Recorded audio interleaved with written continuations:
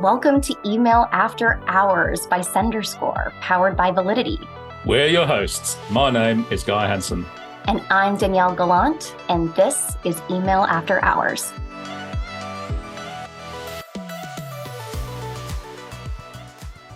Today, we are diving into the two little letters that have been top of mind for everyone lately. Those are AI, or artificial intelligence, of course. And whether you love it or you hate it, or you're just plain tired of hearing about it, there is no escaping the fact that AI isn't going anywhere. And while email marketers don't need to bow down to our robot overlords yet, they should be aware of how AI is changing the email ecosystem and how to use this technology to make their campaigns more efficient. That's right. And here to help us out today is AI fanatic Eric Stell. Eric's an email deliverability specialist at Map Digital, one of our Validity partners. And his day job is all about some of our favorite acronyms that you hear us talking about all the time: SPF, DKIM, DMARC more recently. Today, we're going to be diving into a different realm with Eric, AI in email marketing. So from emerging tools like GPT to Eric's insights on authentication, safe words, and the potential impact of AI on this year's election outcomes, we're in for a fascinating discussion. Get ready for a deep dive on Email After Hours. Welcome to the show, Eric. It's so cool to have you with us here today. Thank you. Great to be here. Thanks for having me. And we always kick off the episodes with an icebreaker question. And this one, I think I've said before, gives me a little bit of anxiety depending on how our guest answers. So, Eric, how many unread emails do you currently have? Are you an inbox zero person, or do you have 10,000 messages? So many. It's nigh unavoidable because once you trim down your preferences, inevitably you're going to have some that you want to hold on to. And I almost wish, in addition to the promotional and inbox tabs, they had I want to read this later, but remind me that it's there tab. And Leave On Unread does that for me. So yes, unfortunately, I am not an inbox zero guy. That's absolutely fine. And yeah, we'll come back to that in a little while. I can live with it. I can live with it. But before we dive into today's topic, let's kick things off with a slightly broader question. Eric, we introduced you explaining your role as a deliverability specialist at Map Digital. Can you give us a quick overview of what your day-to-day job looks like? Well, on a day-to-day basis, it is a wide and changing landscape. Common things like emails being blocked to less common things like log searches and making sure things were received. And in addition to keeping myself up on changes in the industry, because what was once the end-all be-all in the past is no longer, and it's constantly evolving landscape as the bad guys come up with new ways to be bad and the good guys come up with new ways to fight them, and then new measures get put in place, and then everybody struggles to have the entire email ecosystem adopt them, or the entire ecosystem doesn't like it and then they don't adopt. So we've seen a lot of different things come and go over the years, but yeah, it keeps me on my toes. I think that could have been your entire role in the last few years, is just staying on top of industry news, which is something, of course, that we do here at Validity. And also, of course, deliverability is our bread and butter. So naturally, as AI gains traction in email marketing, it's really fascinating to explore its impact on deliverability. So, Eric, can you maybe highlight some of the most innovative uses of AI that MAP is leveraging to boost deliverability or engagement? Here at MAP, we've been developing means to try and streamline the campaign generation using AI. There are a lot of different ways that AI is being applied. Some are a little more clandestine than others. From our perspective, from the perspective of the white hat, trying to do legitimate business, AI can help. If a marketer, say, lacks inspiration on a particular collateral, you can feed in a couple prompts into AI and say, hey, give me 2 paragraphs on a highlight about this image. And then it goes and runs it down. And then you can say, okay, take those highlights and turn it into a cohesive promotional piece. And you can get as detailed or as not detailed as you want based off of your prompting. We strive to make it a tool that marketers can use to help improve their performance and also make more compelling collateral, which in the end benefits senders from the standpoint of Engaging collateral promotes that open, that click, that in items that not only the sender wants to see, but the providers also want to see. That's awesome. Now, we've heard a lot lately about how major mailbox providers like Microsoft and Gmail and Yahoo are increasingly using AI to manage emails and mailboxes. And of course, we know, Eric, that you have a role at Morg on the AI working group. So maybe you've got some insight into this, although we know that's a closed shop in terms of what you can tell us happens at Morg. But can you maybe tell us more broadly about how some of these new AI tools are changing the email landscape and what marketers need to know to stay ahead? There's a lot that goes on the particular working group, and a lot of that is designed to come up at conferences where we can expose ideas to the larger group and submit them to peer inspection, peer review, and discussion in order to help make this tool into something that can be used for the good of email marketing. There are a lot of different things that we've seen. That Google has done releases about how they are having their AI look for things that might have been created by AI. So we have robots watching robots. Other businesses have popped up around the use of AI in the email processes. For example, using bots to simulate human interaction during warm-up, which is, I have certain feelings on that. And right now, I think it's new enough to the point where providers haven't necessarily evolved a stance on it. They know it's there. They know people are doing it, but people haven't said, don't do it or don't do it. I think fundamentally, there's no substitute for human interaction in the warm-up and email management process. The introduction of artificiality in that process, it may seem like a boon in some of the more tough to get into inboxes, but fundamentally, your campaigns will fall off or not sustain once the actual audience of recipients outweighs the presence of the bots. And presumably, just as an aside, if bots are watching bots, that might become obvious at some point, just in the way that engagement actually happens, right? Right. I think right now, generative AI is at a point where I always tell everyone not to worry about AI until you start to go to like a Mid-Journey or some sort of image generation, and it generates fingers correctly.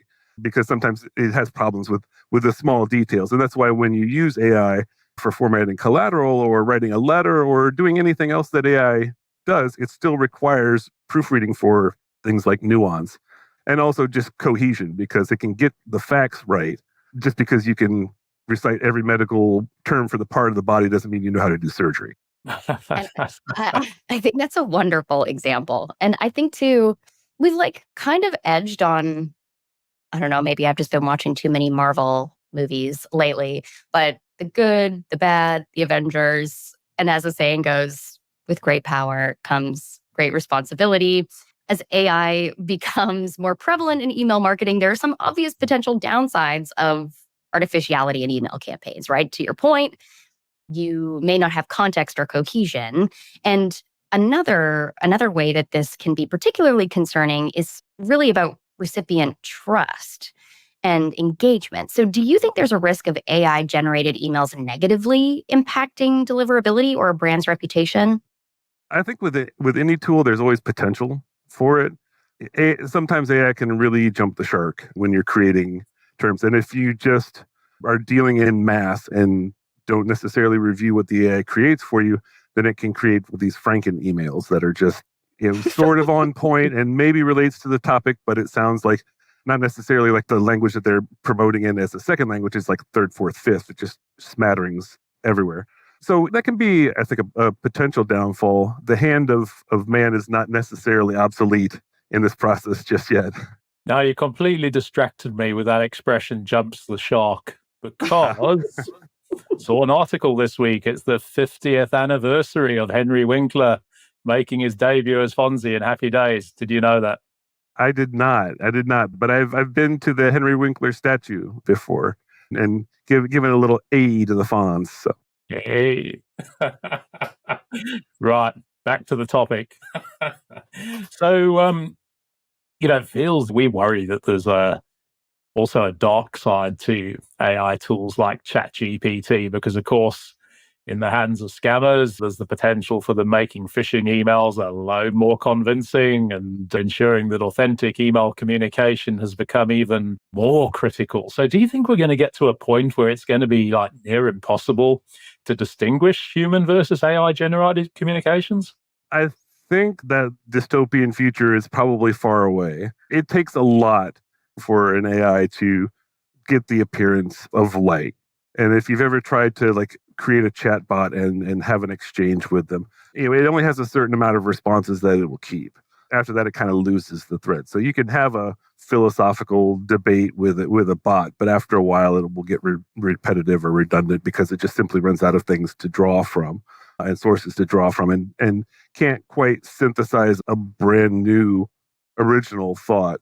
Although there are some shops that are attempting to try and do that, which is where they're trying to get into like independently functioning AI, and that has had mixed reviews so far. Although I have to tell you, just before we move on to our next question, that a few episodes back, we had the team from Spamhaus join us on Email After Hours, and they told us a remarkable story. Danielle knows where I'm going with this, because they told us that they suddenly realized that they were seeing a distinct upshift in the quality of the please delist us from our Spamhaus blocklisting tickets that they were receiving, and suddenly realized that sort of the offending senders had cottoned on to the idea of, hey, ChatGPT, please help me craft the sort of most effective ticket possible to maximize my chances of getting Spamhaus to delist me. And they suddenly realized that there was like a very common appearance to a whole load of tickets that they were receiving, and they were all ChatGPT generated. So there you go. Yeah, absolutely. And that actually sometimes is a good thing, because not everyone that sits behind the desk is the most eloquent person. So being able to formulate those thoughts off of concise data points certainly has its uses. But you talk about the dark side of things. A dark side of that can be that submission forms can be automatically populated and filled out. And therefore, the people that are trying to help and trying to do the right thing and trying to delist people who really should be delisted will get inundated and flooded with requests as bots just rattle off page after page after page. Although I do love the idea of all the folks at Spamhaus being like, wow, everybody's being so thoughtful. Right, wow. Right? People have been really verbose lately. Yeah. Until it catches up with them, like that moment of realization I would have liked to have seen. But another thing that we've chatted about on the podcast before, and I think something that Guy, this is something you've brought up. Eric, what's your take on the use of safe words or watermarks for email authentication or creating some type of legitimacy? Like, how do we go beyond basic authentication? And I know this is a loaded question, but maybe what's the next big thing in keeping email secure? That's a good question, because there are articles from creators of AI, Google, having some reticence about unleashing their creation. And they do that just from the standpoint of not being able to put the genie back in the bottle, right? So we're kind of already at that point. So the question then becomes, as AI becomes better and better, and images created by AI becomes better and better, and email that AI creates becomes better and better, how do we ensure that that communication is authentic between two people? Because when I read an email, I can't look that person in the face. I can't read their expression. I can't look in their eyes. And so that is certainly a great question. And I don't honestly think that there is a great answer to it. But as you mentioned, taking means to ensure that something is authentic. When AI gets to the point where they can talk to you for 5 minutes and get all the vowel sounds and enough consonants to fake your voice, what happens when you get a phone call from your mother saying, I need you to send money, I'm in trouble? Or a child sends their parents something like that. I think that as a general guideline, you can avoid the bad guys, for lack of a better term, by establishing some kind of process by which you ensure, be it a safe word, a watermark, something to ensure that what is being sent is, in fact, from me and authentic. And it used to be that you would have key signage and things like that would ensure that the sender is who they say they are. That's the whole point behind some of these authentication measures. But now it's creeping out of the email theater and into pretty much everything else. And so phone calls can come from auto dialers, and people are saying, well, don't say don't say hello or this is, just too many words. You just let it roll to voicemail and let the automated voicemail get it so that they can't get your voice. I don't Wow. think that we've gotten that far down the rabbit hole yet, because you would have a lot of bad guys doing it, and then you would have a lot of people complaining and a lot of legislators trying to adopt laws. But I think that it, just like with any consumer of email, any kind of consumer of any message of any kind, if the message seems off kilter, out of character, just have some way of saying, is this you? Be it suddenly shifting the conversation to talk about the bananas you had yesterday, or whatever it might be. Something that's artificial won't necessarily have that context, unless, of course, you commonly talk about bananas, and then they would have that history. But it would just have to be something that would be distinct, much like a key is in DKIM. It's distinct to that sender. This would be a phrase or some sort of way of authenticating. Yeah, no, I think that's spot on. Got to tell you, I mean, speaking personally, I'm never going to have to worry about a funds transfer fraud from my mother. She's the last of the tech refuseniks. She's never used email. She'd never owned a smartphone. She doesn't even have a TV. I mean, fraud's going to come from her. It's going to have to be like carrier pigeon or something. Mine's a similar way, although she has a phone. I am lifelong tech support for free for that phone. So. My sister gets that from me. Anyhow, back to AI. I mean, we've already talked about how it's changing the email game in so many different ways. And a moment ago, you were talking about how it's being used to drive IP warming tools, where you've got bots mimicking engagement to boost deliverability. I've also heard rumors that the scammers have cottoned on to the idea of what a powerful deliverability signal this is not spam notifications are, and that they're using their bots to achieve recovered from spam actions at scale, which is pretty clever. But, it starts to become an ethical conversation, doesn't it? Where do we draw the line between smart tactics and abuse? Absolutely. And I think that what a lot of senders lose is that providers like Gmail and Yahoo and list providers like Spamhaus, they're honestly trying to protect their people.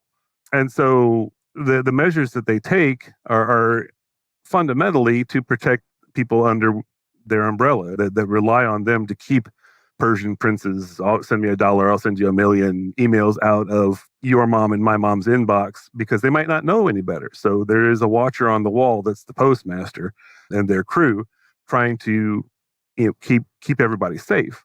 I think if that frames the conversation that we're having about this, then you look at things like artificiality and, for lack of a better term, faking in this process. And way before AI, you could program a macro to just take your mouse and click and then do another thing and click on buttons. So it's not necessarily a new thing, but the challenge of AI is doing it at scale. For senders, I think that the prevailing message is that there's no substitute for authentic human-to-human communication in this process. And attempting to shortcut them, while it might net you a dividend, let's say you have an AI bot farm that clicks on things and gets you in good with one specific provider over another, eventually it's going to get caught up, because the good guys have really smart people too. And I don't exactly know what the situation is and what that solution is going to be, which is kind of why I'm on these working groups and listening in to what they're talking about. But ultimately, I don't think anybody wants to steal other people's money. No legitimate sender of mail is going to tolerate that type of activity, right? And so while doing things like mass marking not as spam or mass opening, mass clicking, it isn't necessarily outright prohibited, but it does kind of cheat those protections and try and circumvent those protections. So then the conversation needs to shift then to, well, if people have to do this in order to get into a particular provider's mailbox, is that provider too strict? Or is what they're doing not enough? I told you before we started recording that I wasn't going to talk about online dating again. But I am, only because Eric, when you said, I know you meant mass engagement or whatever, but when you said mass unsubscribe, I thought about this example back when I worked on the client side, and it wasn't AI. This was, I guess AI is just code anyway. But I was working on the sender side, and they were essentially online dating websites and associated email marketing programs. And this one person, I guess, had like, I don't know, a particularly bad date or like caught their partner on one of these sites or whatever, and wrote a script to mass complain.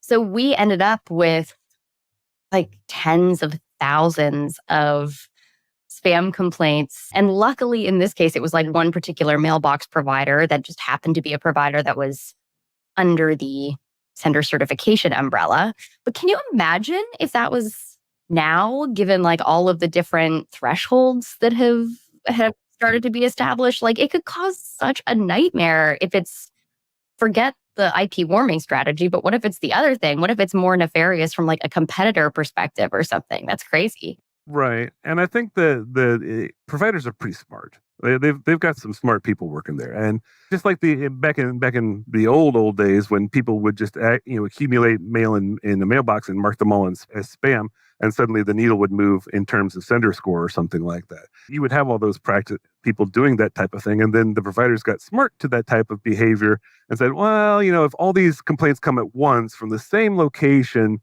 then we're probably not going to treat it like 50 complaints from different locations. This is just one person being aggro like that. So with bots doing the same, it'll be a little bit difficult, but I think that there's ways of maybe seeding metadata into those types of responses that come back to the provider that can help them identify these types of things. It might not necessarily be as obvious as everything coming from the same IP, the same destination. Oh, all these complaints came from inside the house. Well, yeah, okay. Yeah. But the thing that AI can do is it can spread that response over multiple IPs and log in from multiple places and multiple accounts, and theoretically speaking, could be set up all over the world. So the challenge that's going to be put to providers is to not only ensure that the person communications are authentic, or businesses to person, or businesses to businesses, the communication is authentic, but they also want to make sure and ensure that feedback that is authentic as well. I'm going to move a little bit away from the purely email marketing realm and just get into a couple of broader AI questions. And I have this one not only because there have been tons of articles and exposés on this particular topic, but because I also got a birthday message last year from a colleague of ours, Guy Raff, that was essentially, he made his own deep fake. And I think deep fakes are like really stressful and scary. And we have big political figures or really important people that this can happen to, of course, especially they have a lot of available data where we can hear them speaking, pronouncing, being clear. And so more of maybe a philosophical question here than an email one. But when we're all consuming so much digital media, how do AI generated fakes impact our perception of the truth, I guess?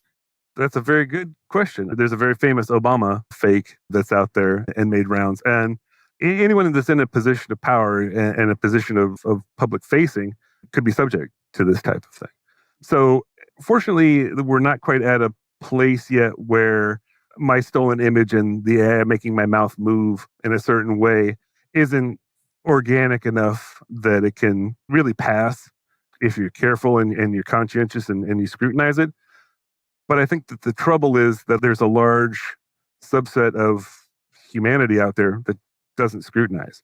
We're digesting tweets in 250 words. We're having TikTok sound bites, and our attention just goes from one to the next to the next. And it doesn't necessarily leave a lot of room for that scrutiny unless there's repeat viewings or things like that. And it's not necessarily super common to see a TikTok or a reel or a Vine or whatever you're consuming your media on and look at it and go, okay, that's not right. Let me see that again. Usually it's view and then I'm firing off an angry 250 words, or I'm giving it a thumbs up and I'm moving on. It certainly makes it difficult, especially when there are movers and shakers trying to influence you. And ultimately that influence is what they're trying to get. They're trying to influence you to vote a certain way, to be angry about a certain thing, to feel a way that they want people to feel. And it's very easy, particularly in the US. We have a lot of like, and this isn't necessarily a commentary on cancel culture, although that's kind of a side effect of it, right? It's just this reactionary responsiveness. And when media just comes at us rapid fire from every different direction, and we try to give it our attention, And in spreading ourselves so thin, we make ourselves vulnerable to that type of intrusion of, for lack of a better term, untruth into our lives. So it's scary when it comes to the political season, just because that has a lot of bearing on everybody's lives. Policy determine quite a lot and can influence the world. So I think that probably is also a concern for larger authorities than a poor email deliverability jockey. And I'm sure that there are a lot of people at departments of defense that are working at things like that. But even then, any security is only as competent as its weakest link. And there are very specific spear phishing attempts in the Clinton campaign years ago, where just one little person clicks the thing and then whoop, got him. And you can see all this type of things that you normally aren't going to be able to. And it's a similar type of thing. So with AI and then the way that media is consumed, I don't think that there's necessarily one specific cure-all for it. I think that the trouble is that it needs to be a grassroots, socially engineered solution. It needs viewers of media to be skeptical and just question, like, okay, my political candidate said a thing, but it seems awful bombastic, or it seems out of character, or it seems mean, or it seems. But he wasn't blinking when he delivered. Exactly. Well, and it has ramifications beyond that, beyond the political theater. There were some Taylor Swift fakes. I think it was Charlize Theron or some actress. There was another fake of hers. And on a local level, mean-spirited boys made deep fakes of people in their class. So there's a larger problem when it comes to this. And I think number one is an ethical one. I think when it comes to people who create these images, they have to think, well, is this a good thing that I'm doing? Or is this a bad thing that I'm doing? And I get it. Bad people are out there. Not everyone's going to make that thought.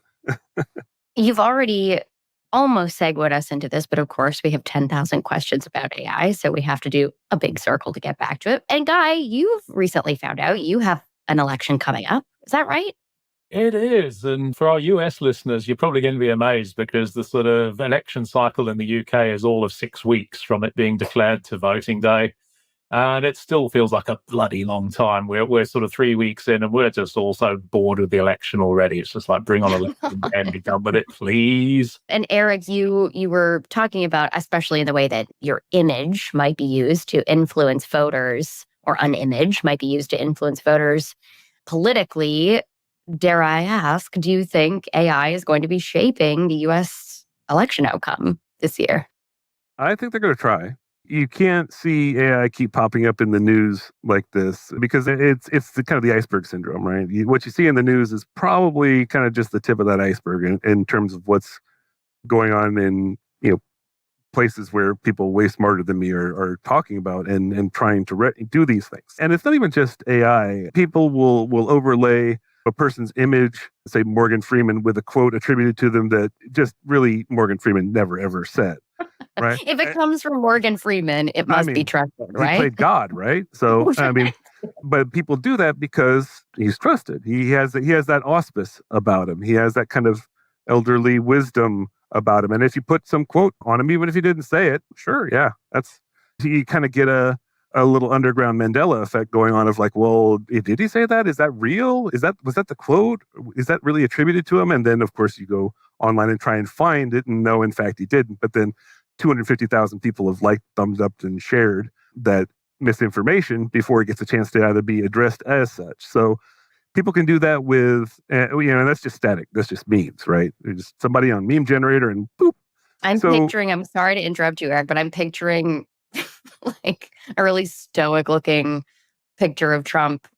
Sorry, if such a thing exists, with like, the only thing to fear is fear. It's like some really profound, just like exactly, and you can whip up your base with that. So if you get a picture of him a look of consternation on his face, at a trial that people are already outraged by, and then you put some sort of inspirational "stick it to the man" quote underneath there, and everyone's going to be like, "Yeah, he was robbed. I'm going to get behind this." And then suddenly you've created a swell in that base. And I think that if you have many images where it's just a static picture, but then an audio underneath it, you've seen those before, it will evolve and it will become a moving picture. And I think that it's kind of the responsibility of the people who disseminate that media to address this. What is Meta doing? What is Facebook doing? What is X doing to ensure that those things are authentic, and if they are discovered in fact to be fake, to take them down quickly before they propagate. But with everything moving so fast in the digital world, it really is a challenge to do. And you get a lot of confirmation bias as well. So a lot of those things circle around in kind of little echo chambers and get shared around, but it also has that exact same function, whipping up the base. Republicans are evil. Democrats are evil. This one candidate is the devil himself. This one candidate is senile. It just on and on, round and round it goes, right? And the largest single most powerful weapon against misinformation is education. If you were to hand a fake dollar bill to a person who's educated about fake dollar bills, they hold it up to the light, they don't see the thing, they get a pen and do the thing, they're going to spot it. And they'll be, yeah, this is fake. And I think that society as a whole and consumers of digital media as a whole need to do that. And younger generations are getting smarter about this thing, because I am of a certain specific age where we have one toe in the physical and one toe in the digital, just because that all evolved kind of under our watch. I remember rotary phones. I now have a smartphone. But the younger generation now, all they've ever known is smartphones. And this digital sea is the muck they swim in, right? So they are very conscious and savvy about negotiating it. But I think, at least in my dealings with younger folks, they still tend to be prone to manipulation and things of that nature. So I think that they just need to get smarter about it. And as things become a danger, to take an analogy from my day, don't put your hand on the stove, it's hot. As the kids learn, like, don't open this thing, there's virus, or don't open this thing, it's fake, they'll start to get smarter. But a lot of people are going to get burned before that kind of it enters the social consciousness. Danielle, you alluded to the UK election, and we might not have some of these problems here. There was a TV debate this week, and Sir Keir Starmer, who is probably going to be our next Prime Minister, let's just say he's not the most exciting guy in the world. And in this TV debate, they were taking questions from the audience, and this youngster, this student, stands up and goes, "Sir Keir, you are just like so robotic. Is there a real person inside, and are we going to see him one day?" The missed opportunity for him to be at the pulpit and start, doing the robot dance. That's awesome. I'd vote for that guy if he did that. It was quite a moment. We're going to have to wrap up. This has been such a awesome conversation today. It's been so interesting. And Eric Stell, thank you for joining us. It's been a rip, and you've been very generous with your insights and your anecdotes. I think our audience is going to take a load out of today's conversation. But it's been my pleasure. Just before we let you go, we started with a quick fire question, and we're going to close with one as well. And we're going to make it topical today. I think when we discuss AI, top of mind question is always, is it going to take our jobs? So is it? For all of us sitting here in the world of email marketing, should we be worried that AI is going to be putting us into early retirement? Not yet. I think things have a long way to go. And it gets back to what I said about generated images. I'll start to worry when I can generate an image and it has proper fingers and teeth. But it certainly, when there's a support meme there and I think it was part of the IT crowd. But basically, when you call into a tech support line, they just put you on hold, then Google what the answer is and come back, right? Well, I mean, AI rapid fire does that. So if Google has an AI assistant now, and so if someone says, "Why am I getting blocked at Google?" or "Why is my reputation low at Google?" Well, the AI assistant will now start putting those facts in front of them. But I think that based on my experience with folks reading the very detailed and very specific guidelines that providers put up, and that every single provider is different. In the email marketing space, I don't quite worry, because it's science, true. There are facts, there are empirical data, but there's also an art to it. There's reading a certain reaction from a provider. Oh, Yahoo's deferring. Okay, well, what does that mean? Well, it says this one thing, but really what it means is that they're blocking you because they're going to say this one thing and just defer you into the ground, and then your mail just fails out after a while. So you have to be able to interpret that, and where an AI might see, oh, okay, well, you're being deferred, there is no problem. Well, okay, but that's not the case. So I think that so long as it's a hybrid of art and science like that, we won't necessarily be replaced. I love that, Eric. I think that's such a wonderful way to end. I'm going to add a chapter to my future memoir called The Art of Email Marketing. It really is. There's a lot of tea leaf There's a reading. lot. Yeah. And remember, Danielle, you can know every body part you got, but that doesn't mean you can operate on yourself. Nope. Absolutely. You can play the game of operation ad nauseum, but that doesn't mean There you're we go. So many good qualified. learnings from today. Thank you so much, Eric, for sharing all of your amazing insights. For our listeners, of course, we'll be back in just 2 weeks with another episode of Email After Hours. So be sure to tune in. Bye now. And my pleasure. Be sure to tune in next time and hit subscribe so you don't miss any future episodes. And don't forget to visit senderscore.com for loads more great resources to help you become a stronger sender. To all you sleepless senders out there, thank you for joining us after hours and see you next time.